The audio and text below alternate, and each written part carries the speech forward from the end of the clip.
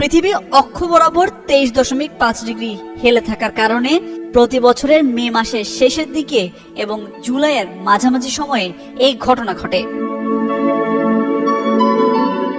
Jeddah astronomy সোসাইটির সভাপতি মাজেদ আবু জাহরা বলেন, মক্কায় জোহরের নামাজের সঙ্গে এই বিরল ঘটনাটি সম্পৃক্ত, কারণ এর বৈজ্ঞানিক এবং আধ্যাত্মিক উভয় তাৎপর্যই বিদ্যমান।